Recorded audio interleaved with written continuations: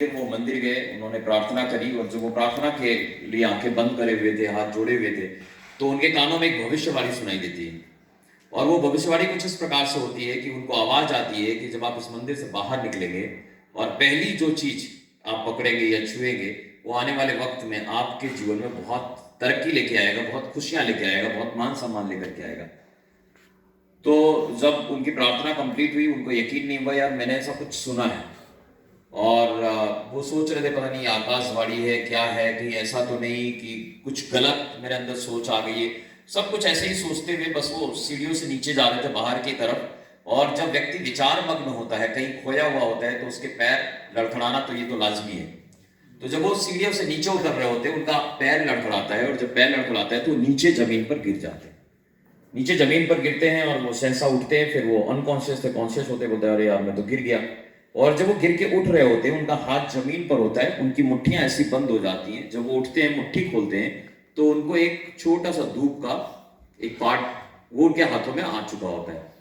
तो वो कहते हैं अरे यार इस तिनके का मैं क्या करूंगा। फिर सहसा उनके दिमाग में आता है चलो कोई बात नहीं, भविष्यवाणी तो कुछ इस प्रकार से हुई थी कि जो कुछ भी आप पहली बार होल्ड करेंगे, पकड़ेंगे या टच करेंगे, तो वो आपको बहुत पैसा देने वाला है। तो इन्होंने कहा यार कोई बात नहीं, अब इसको पकड़ ही लेते हैं, देखते हैं क्या होता है आगे। मिलता है तो वाह वाह, नहीं मिलता है तो अपना क्या जाता है। वो मस्त मौला टाइप इंसान, हर किसी के बारे में अच्छा सोचने वाले इंसान।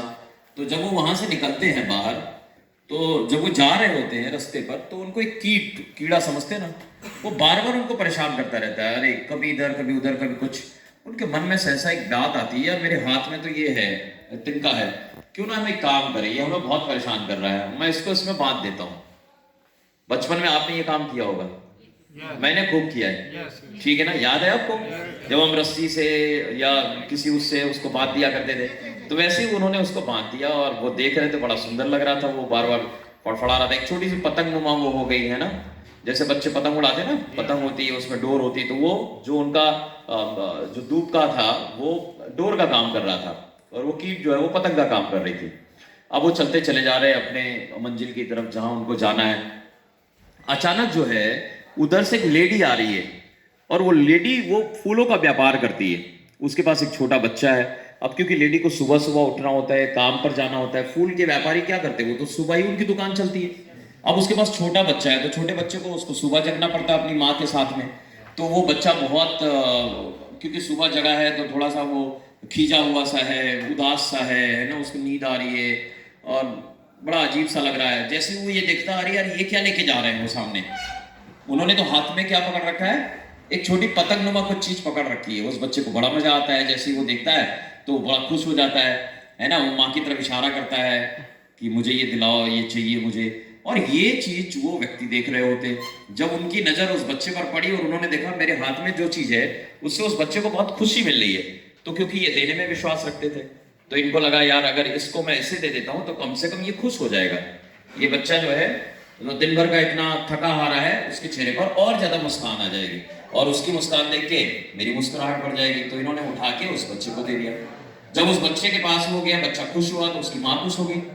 क्योंकि अगर किसी का भी बच्चा हो, अगर वो खुश होता है तो माँ को अच्छा लगता है कि नहीं। तो माँ को बड़ा अच्छा लगा। उसने कहा भाई देखो मेरे पास तो देने को कुछ भी नहीं है, लेकिन मैं ये चाहती हूँ, मेरे पास ये आखिरी फूल बचा हुआ गुलाब का, मैं इसे आपको देना चाहती हूँ। तो उन्होंने कहा कोई बात नहीं, आप मुझे दे दीजिए।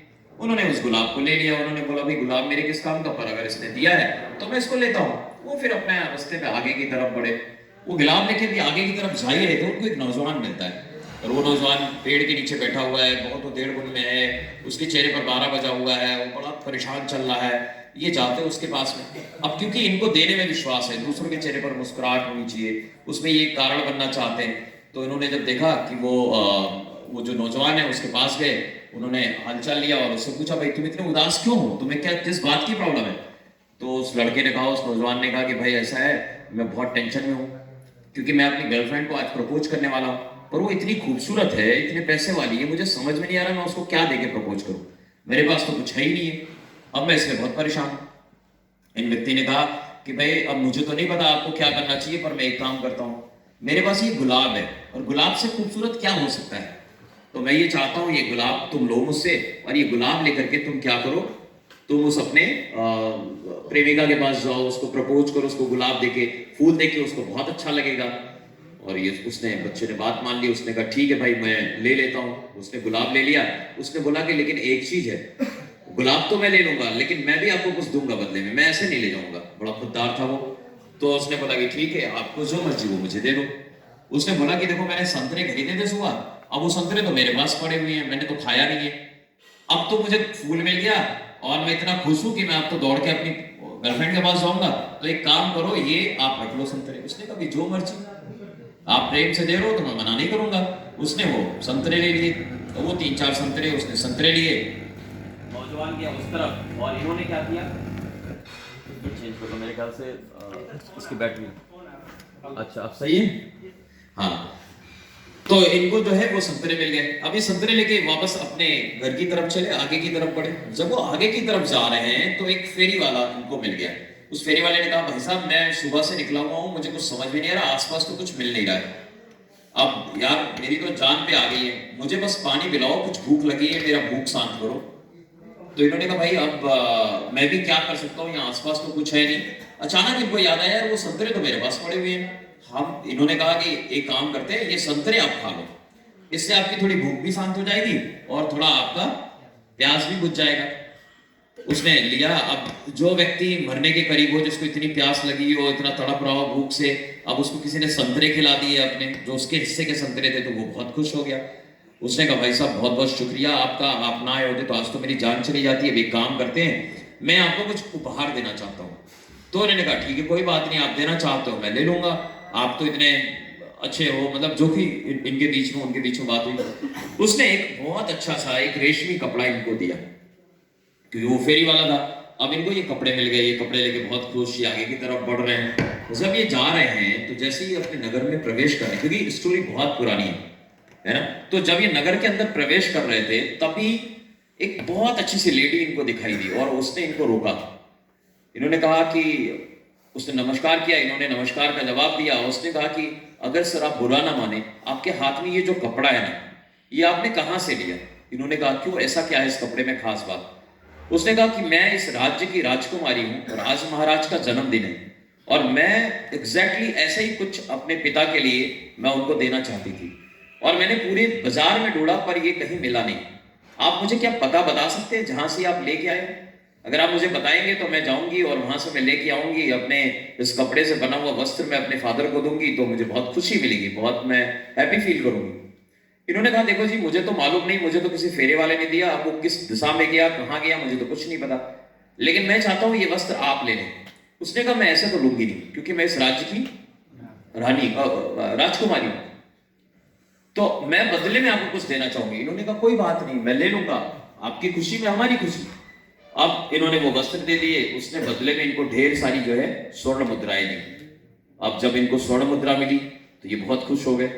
ये फिर अपने घर गए। इन्होंने घर जाने के बाद क्या किया, उस स्वर्ण मुद्राओं से खूब सारी जमीनें खरीदी, उन जमीनों में बहुत अच्छे अन्न उगाए, फिर उससे बहुत पैसा इनके पास हुआ। इन्होंने स्कूल बनाए, इन्होंने बहुत सारे अनाथालय बनाए, है ना, और बहुत सारे जो जो लड़कियां थी उनकी इन्होंने शादियां करानी शुरू करी। ऐसे बहुत अच्छे अच्छे काम इन्होंने करने शुरू कर दिए।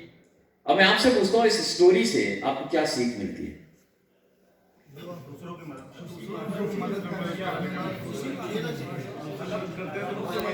इनको इनको किस चीज ने इतना पावरफुल, इतना अमीर इंसान बना दिया? एक तिनके ने, उस तिनके ने नहीं, इनके व्यवहार ने, इनके नेचर ने, इनके संस्कार ने। जब इनके पास कुछ भी नहीं था पर क्या था? विश्वास। किसके ऊपर? मैंने आपको क्या पढ़ाया दिन भर कि हमारा विश्वास किसमें होना चाहिए? नेचर के ऊपर होना चाहिए। नेचर में बहुत अबंडेंस है, बहुत हर चीज पर्याप्त मात्रा में है, पर हम ट्रस्ट नहीं करते उस देने वाले पर। हम मांगते तो है भिखारी की तरीके से, पर हमें विश्वास नहीं कि वो हमारा है और हमें देगा। तो इस व्यक्ति को क्या था? उनके ऊपर ट्रस्ट था, सुप्रीम सोल, इस नेचर के ऊपर ट्रस्ट था कि मुझे मिलेगा। दूसरा क्या था? जो मिलेगा उसको हम मिल बांट के खाएंगे। तीसरा क्या था? हम अपने से पहले सामने वाले के चेहरे पर मुस्कान लेके आएंगे। ये तो ये व्यक्ति सोचते थे। इनका नेचर क्या था? हेल्पिंग नेचर था, दूसरों की मदद करना। दोस्तों जब मैं कहता हूं ना, यहां से जाने के पहले आप 10 रुपए ही सही पर दे के जाएंगे, ये केवल एक छोटा सा संस्कार है जो मैं चाहता हूं आप अपने अंदर इसका बीज डालें और इसको पाल पोस के बड़ा करें। देखिए कभी भी देने से घटता नहीं है, देने से हमेशा क्या होता है? बढ़ता है। हमें दूसरों को देना है। क्या देना है? केवल पैसा नहीं देना है। अगर आप लाइफ में खुशी चाहते तो क्या देंगे? खुशी देंगे। अगर आप इज्जत चाहते तो क्या देंगे? इज्जत देंगे। अगर आप पैसा चाहते तो क्या देंगे? पैसा देंगे। जो बीज आप बोते हैं वही आपको मिलता है जीवन में।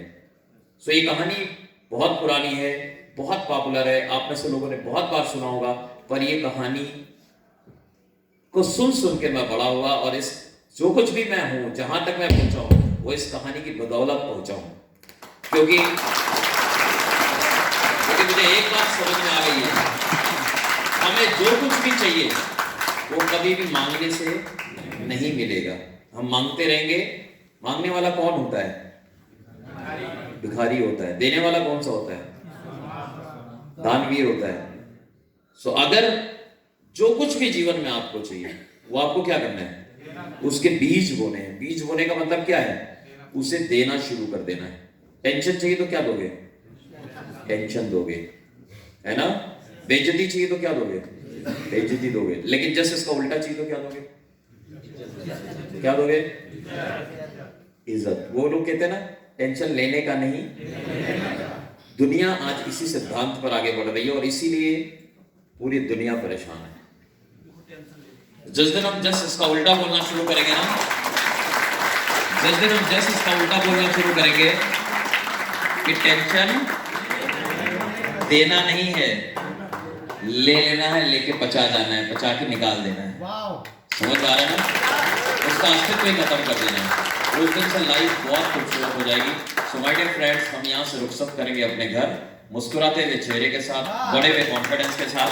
और मुझे बहुत अच्छा लग रहा है, मुझे बहुत अच्छा लग रहा है, मुझे बहुत अच्छा लग रहा है। मैं 2 दिन तक कहाँ था? वहां जहां अभी आप हैं। और मैं यहाँ बैठ के अकेला, है ना? आज मैं क्या देख रहा हूँ? मेरे सामने इतने 120, 117 कितने हैं? हमारी क्राउड बैठे हुए हैं। आज मैं ऑडियंस की जगह पर बैठा हूँ, पार्टिसिपेंट्स की जगह पर बैठा हूँ, और आप कहाँ हैं? आप स्टेज के ऊपर हैं। सो इसी तरीके से आप चमकते रहे, बुलंदियों को छुए, यही मेरी शुभकामना है, यही मेरी आशीर्वाद है, यही मेरी मोहब्बत है। आप सब जीवन में खूब तरक्की करें, खूब आगे बढ़े, खूब मिलजुल करके रहे और खुशियां ही खुशियां बांटे। So thank you so much.